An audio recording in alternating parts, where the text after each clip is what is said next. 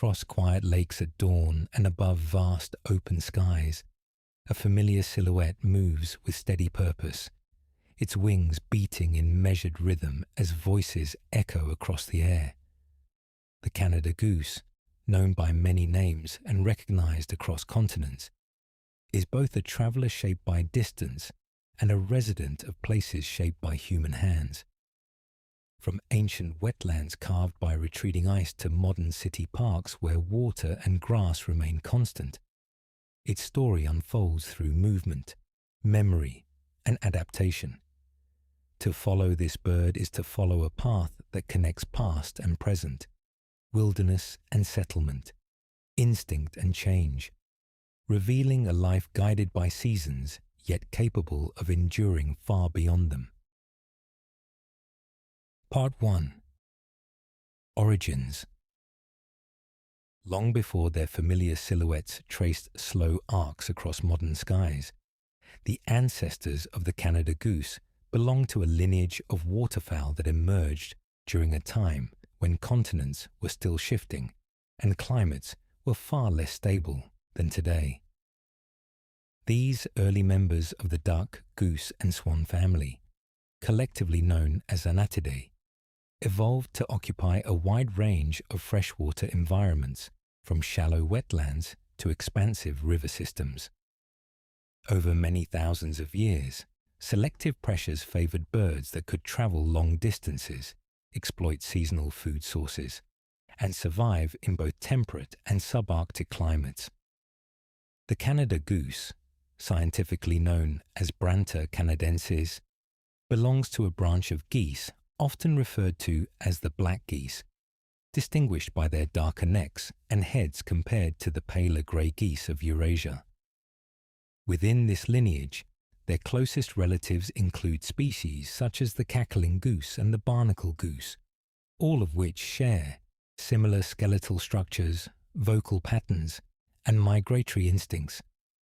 The divergence between the larger Canada goose and the smaller cackling goose is relatively recent in evolutionary terms, and even today, the boundary between them can appear subtle, expressed mainly through differences in size, voice, and proportions, rather than dramatic structural change. Fossil evidence suggests that ancestral geese once ranged widely across the northern hemisphere, adapting repeatedly to cycles of glaciation and warming. During colder periods, vast ice sheets pushed populations southward, compressing them into refuges where food remained accessible. When the ice retreated, these birds expanded northward again, recolonizing newly available habitats.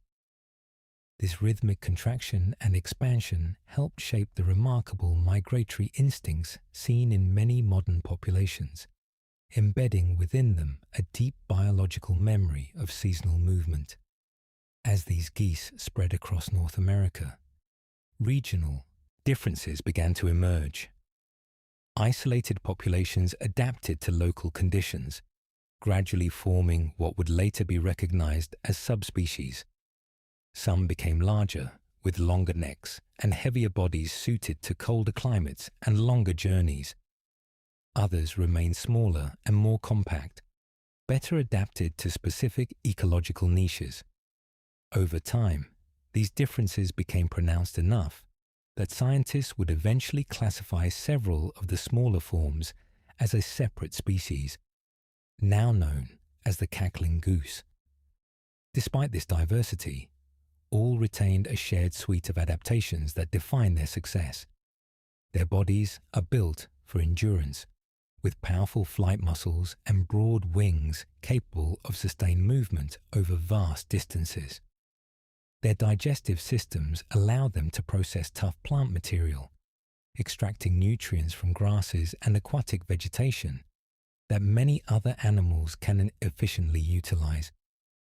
Their social structures, rooted in strong pair bonds and cooperative group behavior, further enhance their ability to survive in challenging environments. While their evolutionary history is deeply tied to North America, the story of the Canada goose does not remain confined there. In more recent centuries, human activity has carried them far beyond their original range. Introduced into parts of Europe as ornamental birds, they quickly demonstrated the same adaptability that had defined their success for millennia. Escaped or released individuals established breeding populations, and in the absence of the long, harsh winters of their native northern habitats, many abandoned the need for long-distance migration altogether. Yet even in these new environments, traces of their ancestral past remain visible. The instinct to form structured flocks, the tendency to follow established routes, and the powerful drive to return to familiar nesting grounds all echo the evolutionary pressures that shaped them. Their voices, carried across water and sky, are not merely calls between individuals, but expressions of a deeply ingrained social system that has endured across countless generations.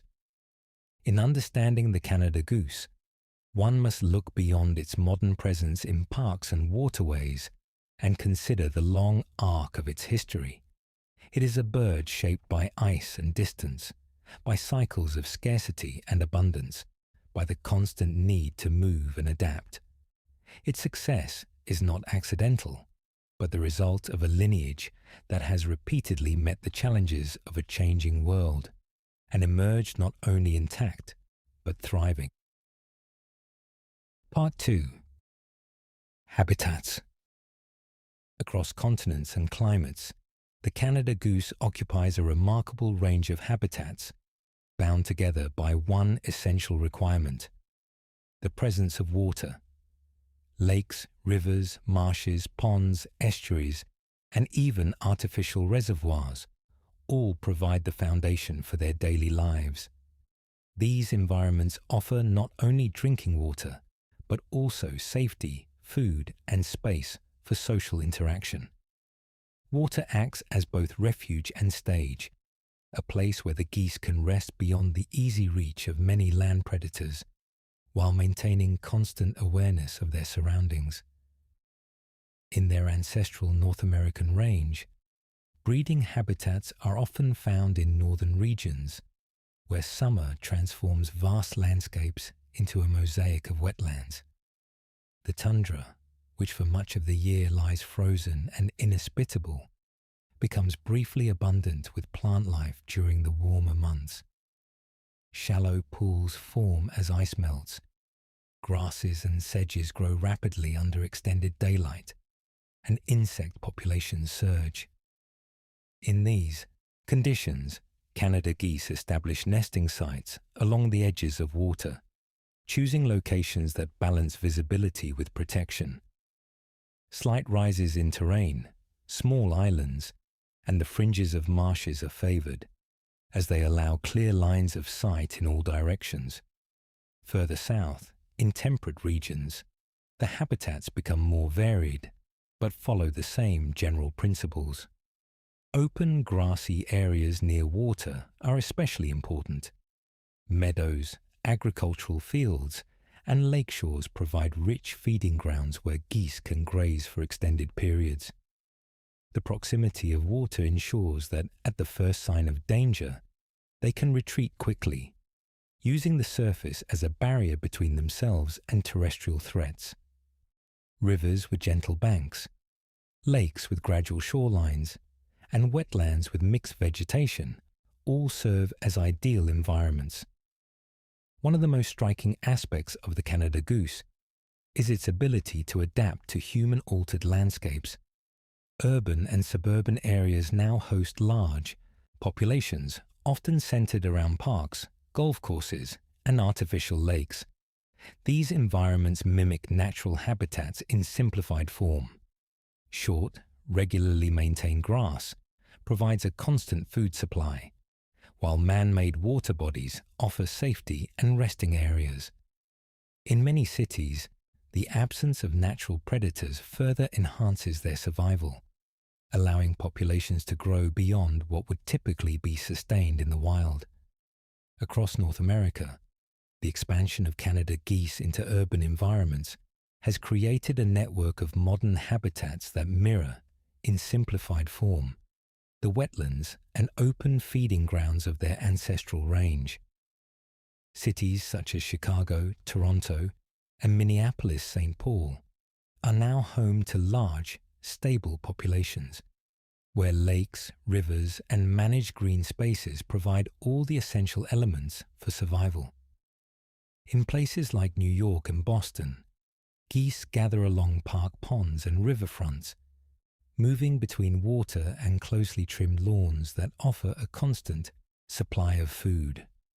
Further west, in cities such as Seattle, Portland, and Vancouver, milder climates allow many populations to remain throughout the year, reducing the need for long-distance movement. Even in urban centers farther south, including Denver and Dallas, suitable combinations of open water and grassy areas have enabled geese to establish a lasting presence. In each of these locations, the structure of the city itself, its parks, reservoirs, and cultivated landscapes, has become an extension of the natural habitats these birds have occupied for generations, allowing them to thrive in environments shaped as much by human design as by ecological necessity. In Europe, where the species was introduced, this adaptability has led to rapid expansion. The milder winters and abundance of managed green spaces create conditions in which migration becomes less necessary. Lakes in urban parks, canals, and slow-moving rivers provide year-round habitat. Even in colder months, partial freezing of water body still leaves open areas where geese can gather. As a result, many populations remain resident, moving only short distances in response to local weather changes rather than undertaking long migratory journeys. Seasonal variation still influences habitat use, even among resident populations. During breeding periods, geese seek quieter, less disturbed areas where nesting can occur with minimal interference. Islands, reed beds, and secluded shorelines become particularly valuable.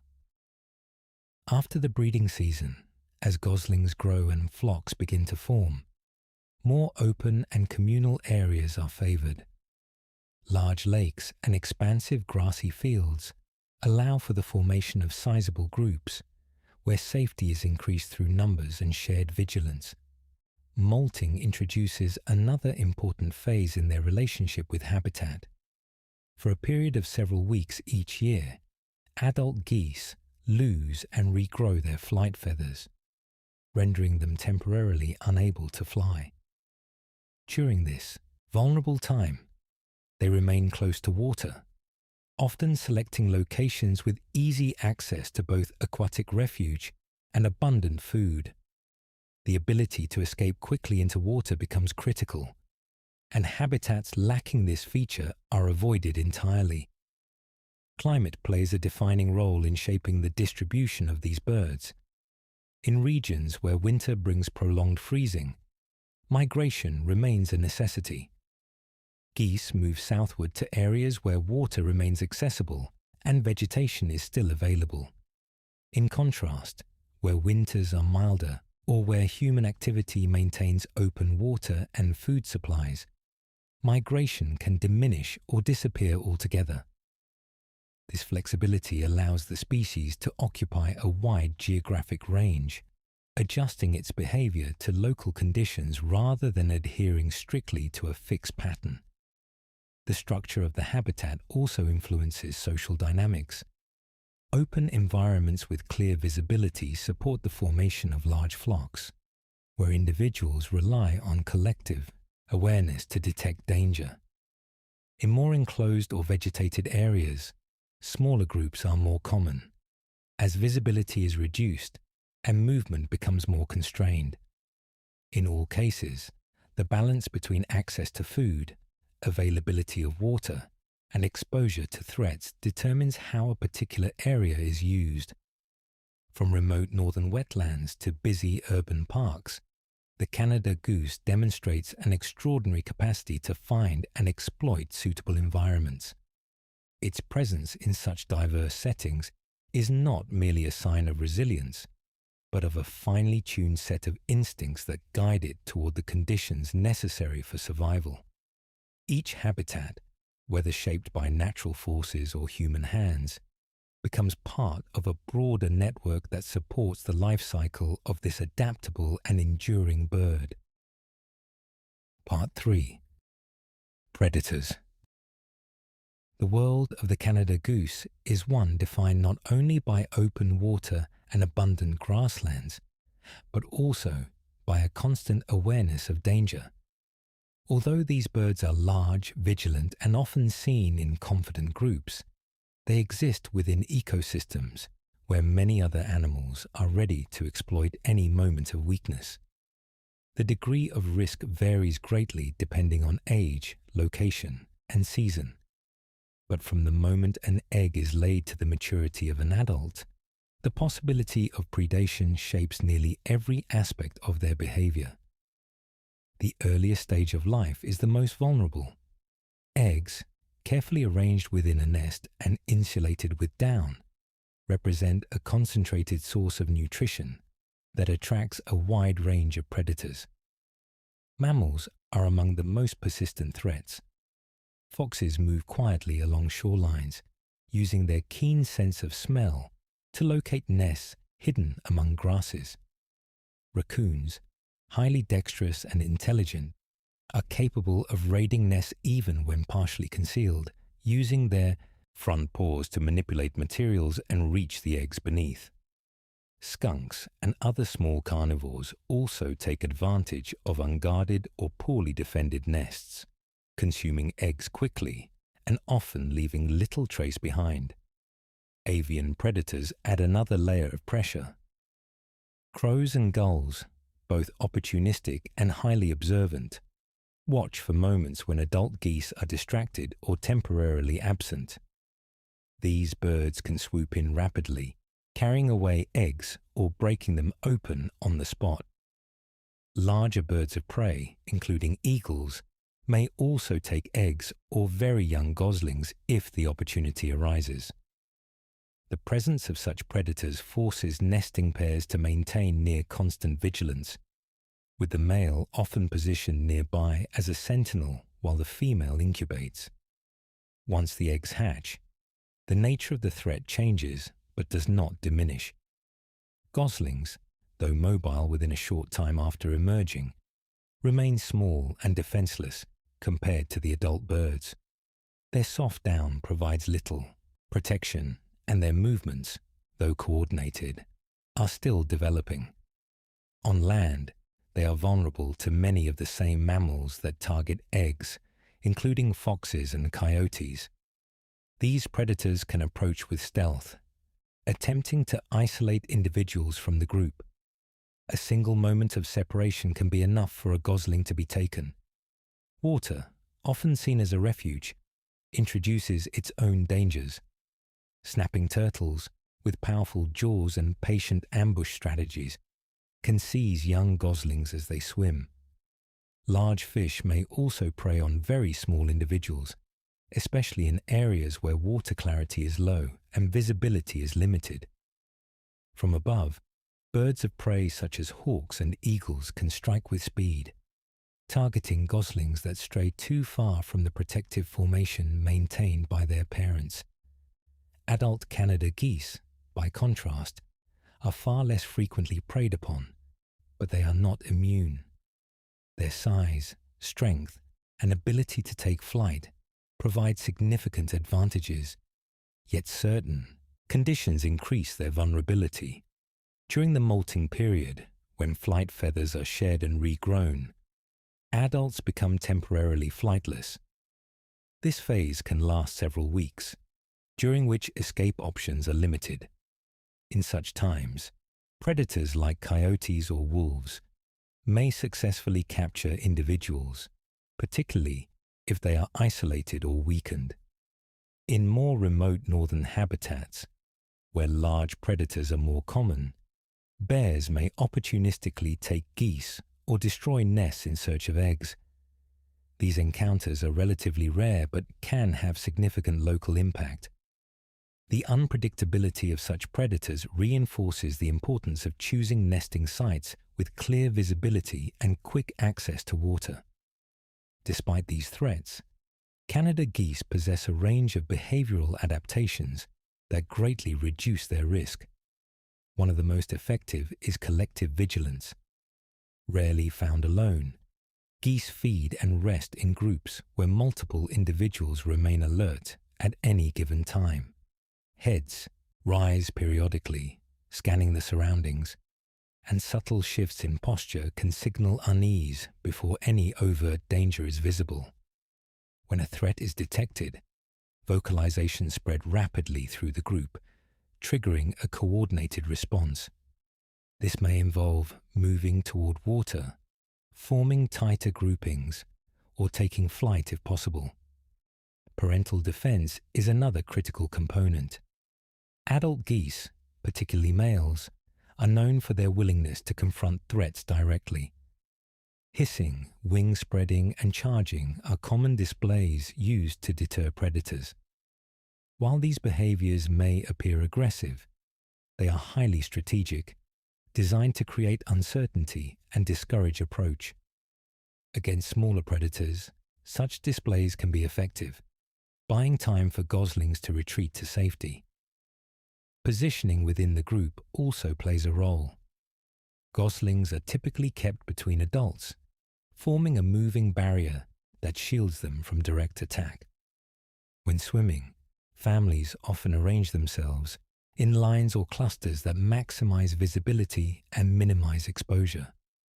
These formations are not random, but reflect a coordinated effort to balance movement with protection. The relationship between predator and prey is not one of constant conflict, but of ongoing adaptation. Predators refine their strategies, learning when and where to strike, while geese adjust their behaviors in response. This dynamic equilibrium ensures that while losses do occur, the species as a whole continues to thrive. The success of the Canada goose lies not in the absence of predators, but in its ability to anticipate, detect, and respond to them with remarkable consistency. Through vigilance, cooperation, and an instinctive understanding of risk, these birds navigate a world where danger is ever present. Each stage of life brings its own challenges, yet each is met with behaviors finely tuned by generations of natural selection. In this balance between threat and survival, the Canada goose endures, shaped as much by those that hunt it as by the environments it inhabits. Part 4. Food. The daily rhythm of the Canada goose is built around feeding, a continuous process that fuels not only survival, but migration, reproduction, and growth. Unlike predators that rely on bursts of energy followed by long periods of rest, these birds must feed regularly throughout the day, converting large quantities of plant material into the energy required to sustain their active lives. Their success lies in both the diversity of their diet and the efficiency with which they exploit it. At the core of their feeding behavior is a herbivorous diet centered on grasses. Using their strong serrated bills, Canada geese graze in a manner similar to grazing mammals, clipping vegetation close to the ground. Short, tender grasses are particularly favored, as they are easier to digest and rich in nutrients. This preference explains their frequent presence in open fields, meadows, and managed lawns, where vegetation is kept at an ideal height for feeding. Each movement of the head is deliberate and efficient, allowing them to process large amounts of food over extended periods. Beyond grasses, they consume a wide variety of plant material. Sedges, aquatic plants, and the roots of submerged vegetation form an important part of their diet, especially in wetland environments. By extending their long necks into the water, they can reach below the surface, pulling up stems and roots that are inaccessible to many other herbivores. In shallow areas, They may even tip forward, briefly submerging their heads to access food growing along the bottom. Seasonal changes influence both the availability and type of food consumed. During spring and summer, when plant growth is at its peak, geese have access to fresh, nutrient-rich vegetation that supports rapid growth and reproduction. This is particularly important for goslings, which require higher protein intake during their early development. While primarily herbivorous, young geese may supplement their diet with small invertebrates, such as insects, providing additional nutrients that support feather growth and overall development. As summer transitions into autumn, feeding behavior intensifies. Geese begin to accumulate energy reserves in preparation for migration or for surviving colder months. Agricultural landscapes become especially important during this time. Fields of harvested grain, including wheat, corn, and barley, offer concentrated sources of energy. Geese gather in large flocks to exploit these resources, often returning to the same fields repeatedly until the available food is depleted. This ability to take advantage of human agriculture has significantly contributed to their success, providing reliable food sources beyond what natural habitats alone might offer. In urban environments, feeding patterns take on a different character. Parks, golf courses, and residential green spaces provide a constant supply of short grass, maintained through human activity. Here, geese can feed with minimal effort, often throughout the day.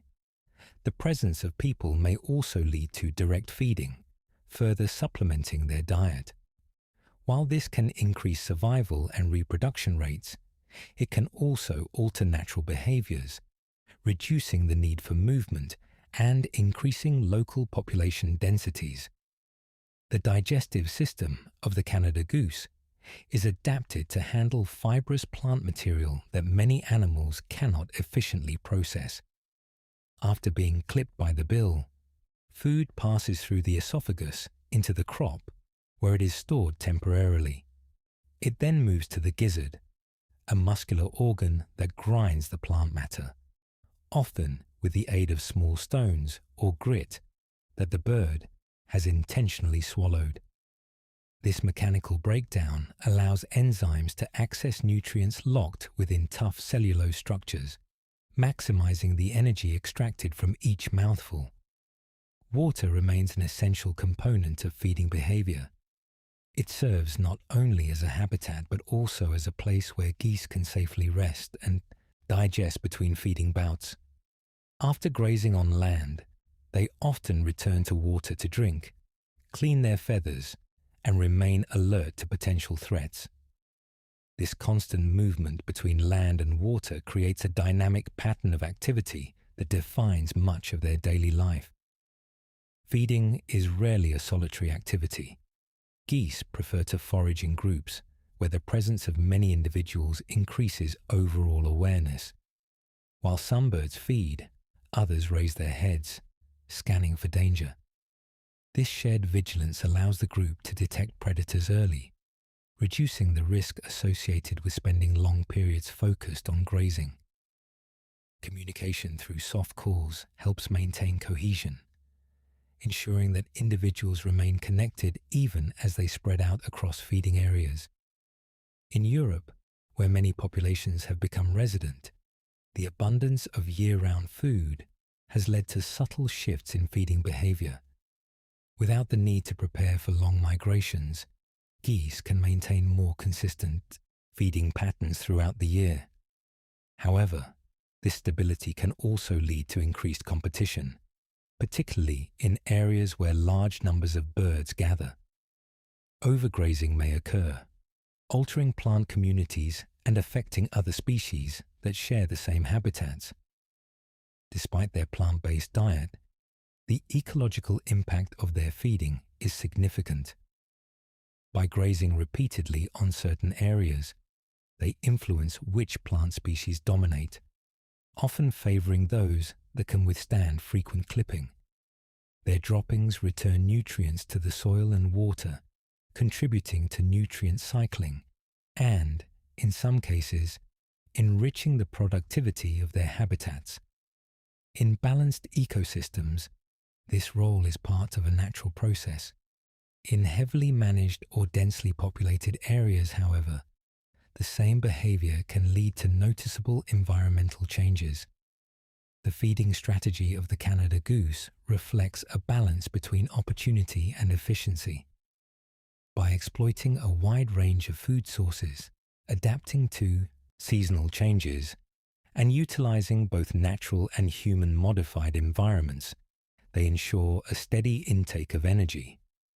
This flexibility, combined with their social feeding behavior and specialized digestive system, underpins their success across diverse landscapes. Each grazing movement, each return to water, and each seasonal shift in diet contributes to a cycle that sustains not only the individual, but the species as a whole. Part 5. Family life. The continuation of the species depends on a cycle that begins with the formation of enduring pair bonds, a defining characteristic of the Canada goose. Unlike many birds that form temporary seasonal partnerships, these geese often establish long-term monogamous relationships, sometimes lasting for many years. Pair formation usually occurs during the winter or early spring, when flocks gather in shared feeding grounds. Within these groups, individuals select partners through a combination of vocal exchanges, synchronized movements, and subtle displays of compatibility. Once formed, the pair remains closely associated, moving, feeding, and eventually migrating together. As the breeding season approaches, pairs separate from larger flocks and begin to search for suitable nesting sites. The choice of location is critical. It must offer proximity to water, good visibility, and some degree of protection from predators. Elevated spots near shorelines, small islands, muskrat lodges, and even man-made structures can all serve as nesting sites. In urban environments, nests may appear in unexpected places, including rooftops or landscaped areas near water, reflecting the species' adaptability. The female takes the lead in constructing the nest, gathering grasses, reeds, and other plant materials to form a shallow depression. She lines it with down feathers plucked from her own body, creating insulation that helps maintain a stable temperature for the eggs. The male remains nearby throughout this process, acting as a vigilant guardian. His role is not to build, but to defend, and he will aggressively confront potential threats, using hissing, wing displays, and physical charges to deter intruders. Clutch size typically ranges from several eggs, each one laid over consecutive days. Once laying is complete, the female begins full incubation, a period that lasts for several weeks. During this time, she rarely leaves the nest, relying on the male to stand watch. When she does leave briefly to feed or drink, the eggs are carefully covered with down to retain warmth and conceal them from predators. The success of this stage depends heavily on the pair's ability to maintain vigilance and minimize disturbance. Hatching marks a rapid transition from vulnerability to mobility. Goslings emerge covered in soft down, their eyes open and their legs already strong enough to walk. Within a short time, often less than a single day, they leave the nest and follow their parents to water. This early movement reduces the risk of predation at the nest site and allows the young to begin feeding immediately. Unlike many bird species, the parents do not directly provide food. Instead, they guide the goslings to suitable feeding areas, where the young learn to graze on their own. Parental care remains intense during the early weeks of life. Both adults stay close to the brood, maintaining a protective formation in which the goslings are kept between them. Any perceived threat triggers a coordinated response, with the adults placing themselves between danger and their offspring. Vocal communication plays a key role, allowing parents to keep track of their young and signal changes in movement or alert levels. The distinctive calls of geese serve not only to maintain cohesion within the family, but also to warn of approaching danger.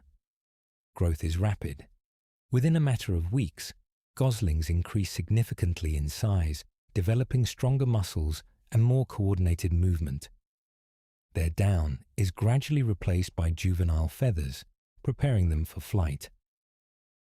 During this period, access to high-quality food is essential. Areas rich in grasses and aquatic vegetation support faster development, increasing the likelihood of survival.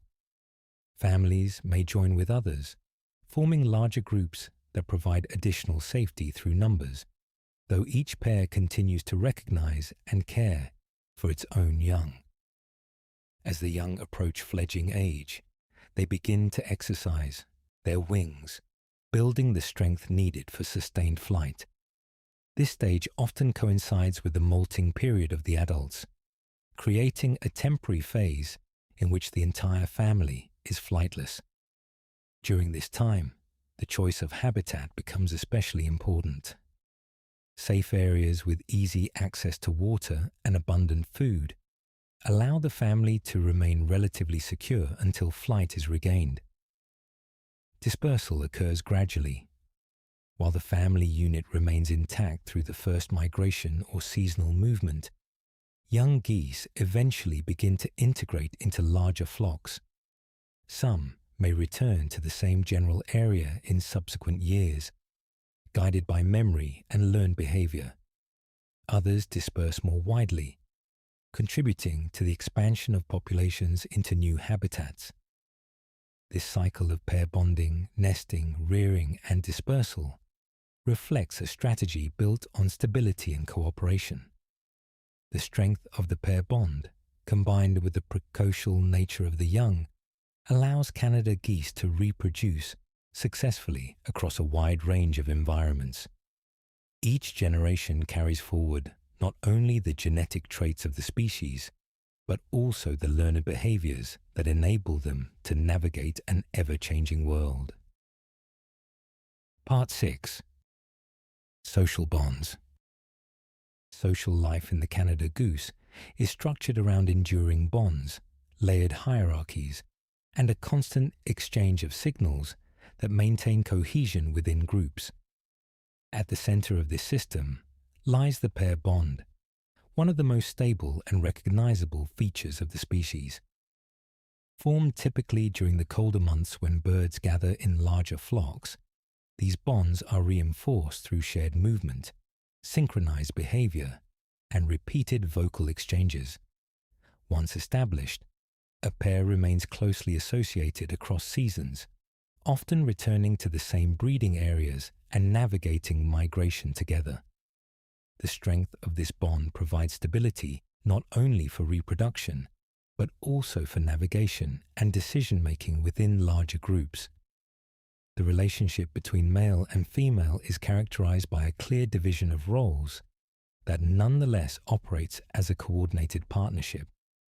The female invests heavily in nesting and incubation, while the male takes on a more pronounced defensive role. This does not mean that their responsibilities are rigid or isolated. Rather, each action is part of a continuous interaction.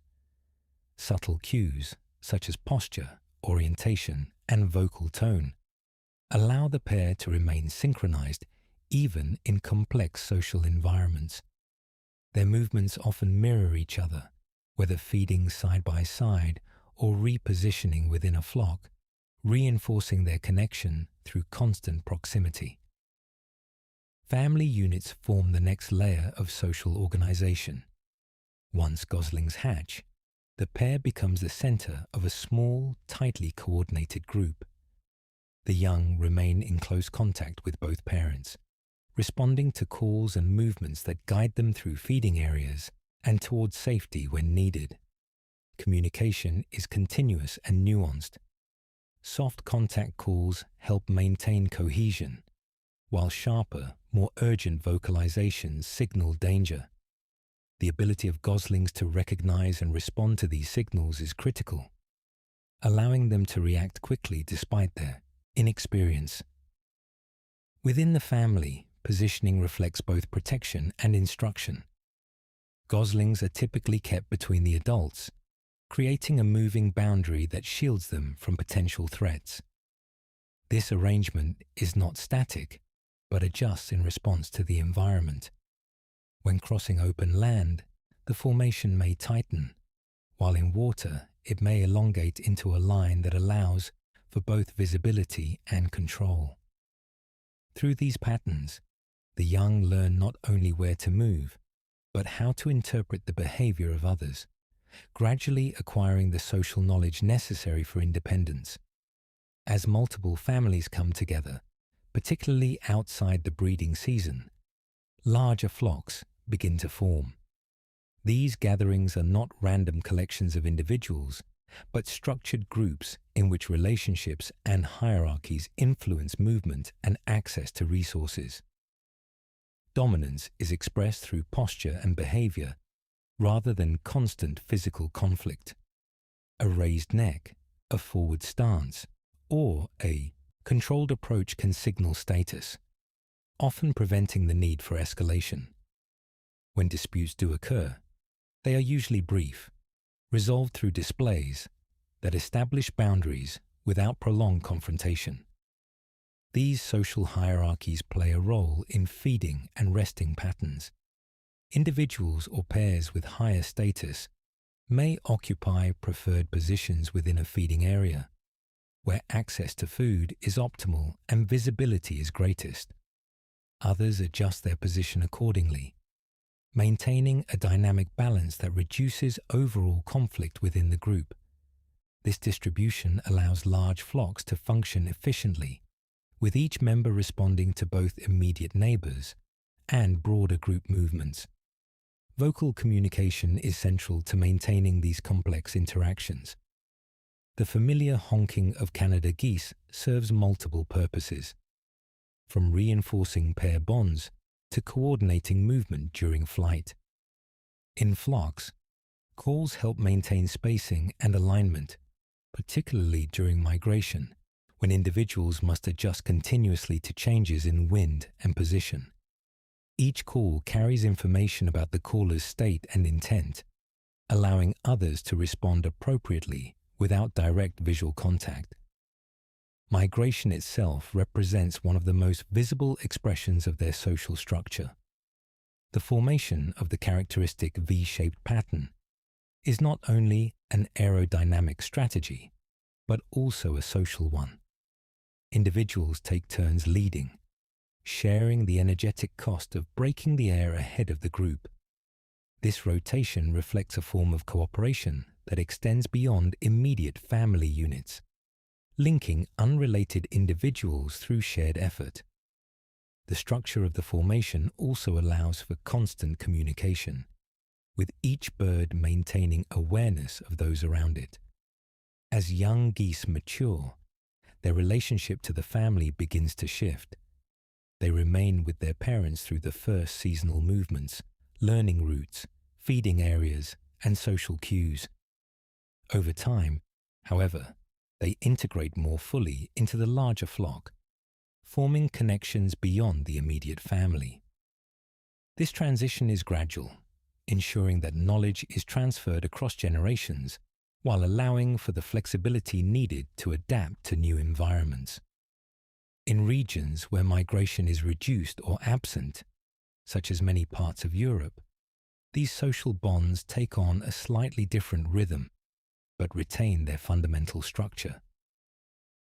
Resident flocks maintain stable groupings throughout the year, with familiar individuals interacting repeatedly over long periods.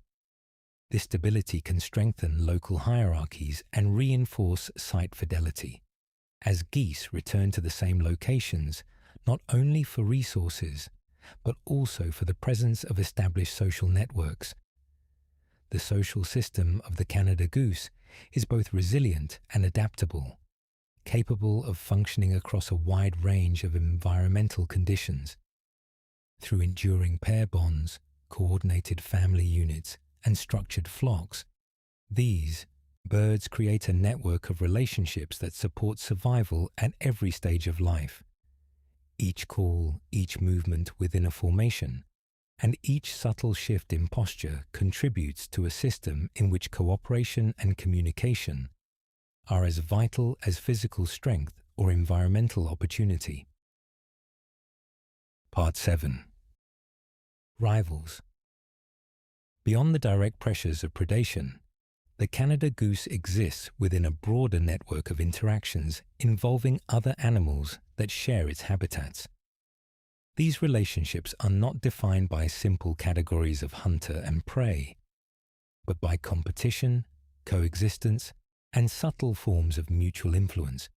In wetlands, rivers, and open grasslands, the presence of multiple species competing for similar resources creates a dynamic environment in which each must adapt not only to the landscape, but also to one another. Among the most significant interactions are those with other species of geese.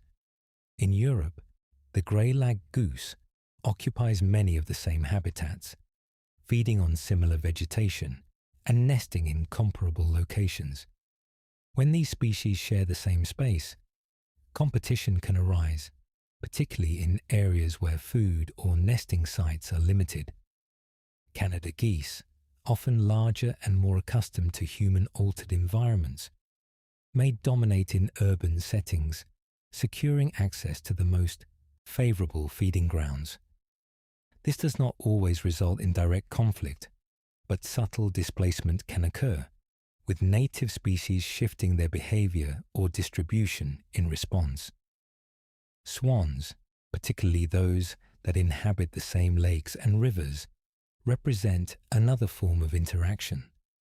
Larger and often more assertive, swans can displace geese from preferred areas, especially during the breeding season, when territorial behavior intensifies. Encounters between the two are usually resolved through displays rather than prolonged conflict. Raised wings, extended necks, and deliberate approaches communicate intent, allowing one species to yield without escalation. In such interactions, size and confidence often determine the outcome, but both species maintain an awareness of the other's presence. Ducks, though smaller and less directly competitive, share many of the same feeding areas. While their diets may overlap, differences in feeding strategies reduce direct competition. Many ducks feed by dabbling or diving, accessing food beneath the water's surface, while geese focus on grazing vegetation above and at the edges of water. This separation allows multiple species to occupy the same habitat with minimal conflict, each exploiting a different layer of available resources. Birds that feed on carrion or remnants of feeding activity also play a role in this network. Gulls frequently follow flocks of geese, taking advantage of disturbed ground or leftover plant material. Their presence can act as an indirect signal within the ecosystem, as groups of feeding birds often attract additional species. In this way, the activity of geese contributes to a broader pattern of resource sharing, even if unintentionally. Smaller birds sometimes form more subtle associations. Insects stirred by grazing geese may attract insectivorous species, which follow at a distance, capturing prey that becomes momentarily exposed. These interactions are fleeting but illustrate how the behavior of one species can create opportunities for others. Similarly, the droppings of geese enrich the soil with nutrients, influencing plant growth and indirectly supporting a wider range of organisms. On land, mammals such as deer and grazing livestock may share feeding grounds with geese. While direct interaction is limited, the overlap in diet can lead to indirect competition. particularly in areas where vegetation is heavily grazed. In agricultural landscapes, this shared use of resources can influence both wildlife behavior and human land management practices, as multiple species converge on the same fields. In aquatic environments, fish and amphibians occupy a different niche, but still intersect with the lives of geese. While not competitors in a direct sense, their presence reflects the health and structure of the ecosystem. Areas rich in aquatic life often support abundant plant growth, which in turn provides food for geese. The relationships here are interconnected, forming a web in which changes to one component can influence many others. In Europe, where Canada geese are considered non-native, these interactions take on additional significance. Their presence can alter existing balances, particularly when populations grow large. Native species may adjust their behavior, shifting feeding times or locations to avoid competition. Over time, these changes can ripple through the ecosystem, affecting not only birds, but also the plants and other animals that depend on the same habitats. Despite the potential for competition, coexistence is the more common outcome. The diversity of feeding strategies, body sizes, and behaviors among species allows for a partitioning of resources that reduces direct conflict. Each species occupies its own role within the environment, shaped by both its own adaptations and the presence of others. The Canada goose, through its size, adaptability, and social structure, is a prominent participant in this network. Its interactions with other animals are not isolated events, but part of a continuous exchange that defines the character of the habitats it occupies. Whether through competition for space, indirect support of other species, or simple coexistence, these relationships contribute to a complex and ever-changing ecological balance in which no species exists entirely alone. Part 8. Human history. The relationship between the Canada goose and humans is a story that stretches from early coexistence to modern complexity, shaped by changing landscapes, shifting cultural perceptions, and the remarkable adaptability of the bird itself. Long before urban parks and managed lakes became common habitats, geese were already part of human awareness, observed by indigenous peoples across North America who lived alongside them for thousands of years. These communities recognized the seasonal movements of geese as reliable indicators of environmental change, using their migrations to mark transitions between seasons. The arrival of geese in spring signaled renewal, while their departure in autumn foreshadowed the coming cold. In many of these cultures, geese held symbolic meaning. Their strong family bonds and coordinated flight inspired stories and interpretations that connected them to ideas of loyalty, endurance, and cooperation. Feathers were used for practical purposes, including insulation and ceremonial items, while the birds themselves were sometimes hunted for food. This relationship was generally balanced, shaped by an understanding of seasonal cycles and the limits of natural populations. With the expansion of European settlement in North America, this balance began to shift. Hunting became more widespread, and in some regions, populations of Canada geese declined significantly. By the late 19th and early 20th centuries, certain subspecies were reduced to very low numbers, prompting concern about their long-term survival. Conservation efforts, including hunting regulations and habitat protection, gradually allowed populations to recover. In some cases, birds were reintroduced to areas where they had disappeared, using individuals bred in captivity or relocated from more stable populations. One of the most significant changes in the relationship between humans and Canada, geese, came with their deliberate introduction to Europe. especially to the United Kingdom. Initially brought as ornamental birds to estates and parks, they quickly demonstrated an ability to adapt to new environments. Escaped individuals established wild populations, and over time, these populations expanded across multiple countries. In the absence of the harsh winters that shaped their ancestral migrations, many European geese adopted a more sedentary lifestyle, remaining in the same regions throughout the year.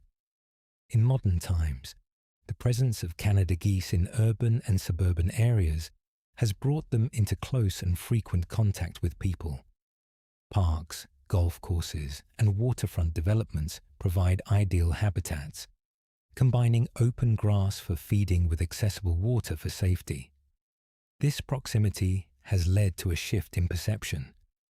Where geese were once seen primarily as symbols of wild landscapes, they are now often viewed as both familiar and at times problematic neighbors. One of the most noticeable aspects of this interaction is their behavior during the breeding season. Protective instincts that evolved in response to natural predators are directed toward humans when nests or goslings are nearby.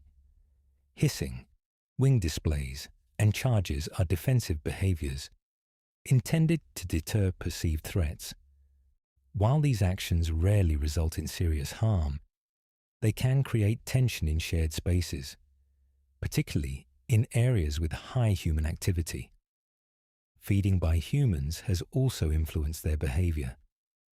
In many locations, geese have learned to associate people with food, approaching closely and altering their natural foraging patterns. This can lead to increased dependence on artificial food sources and contribute to higher population densities than would occur under natural conditions. As numbers grow, so do the visible impacts, including overgrazing of vegetation and the accumulation of droppings in public areas. Despite these challenges, the presence of Canada geese continues to evoke a sense of connection to the natural world. Their seasonal movements, even when reduced, still mark changes in the environment. The sound of their calls carries across water and sky, a reminder of their enduring link to migration and distance. Observing a flock in flight, moving in coordinated formation, offers a glimpse into behaviors shaped by countless generations. In some contexts, they have also become part of local identity. Urban populations are recognized and in some cases, informally named or followed by residents who observe their nesting and rearing cycles each year. This familiarity can foster appreciation, even as it coexists with the practical concerns of managing their impact. The interaction between humans and Canada geese is not static, but continues to evolve. It reflects broader changes in how landscapes are used and how wildlife adapts to those changes. The same traits that once ensured their survival in remote and challenging environments now allow them to thrive in close proximity to human activity. This relationship, shaped by both conflict and coexistence, highlights the complexity of sharing space with a highly adaptable species. The Canada goose does not simply inhabit the environments created by humans. It actively responds to them, altering its behavior while retaining the core characteristics that define it. In doing so, it becomes both a participant in and a reflection of the changing world in which it lives. Part 9. Conservation. The continued presence of the Canada goose across a wide and expanding range is closely tied to its resilience. Yet this success does not remove it from the broader challenges that affect wildlife in a changing world. Conservation, in the case of this species, is not defined solely by protection from decline, but by the careful management of populations that can grow rapidly under favorable conditions. The balance between preservation and control becomes a central theme, shaped by regional differences in climate, land use, and human tolerance. Historically, the outlook for many populations was uncertain. Intensive hunting and the loss of wetlands reduced numbers significantly in parts of North America.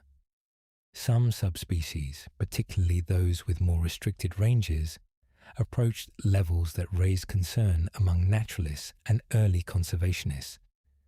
The response was gradual but effective.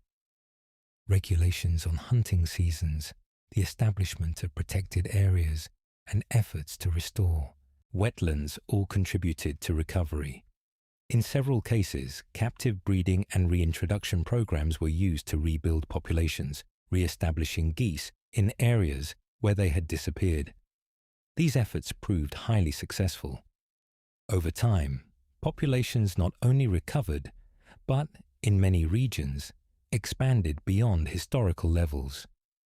The adaptability of the Canada goose allowed it to take advantage of new habitats created by agriculture and urban development. Fields provided abundant food, while reservoirs, canals, and park lakes offered safe resting and nesting sites.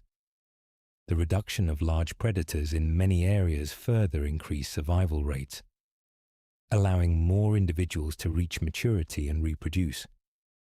In Europe, where the species was introduced rather than conserved in the traditional sense, the situation developed differently.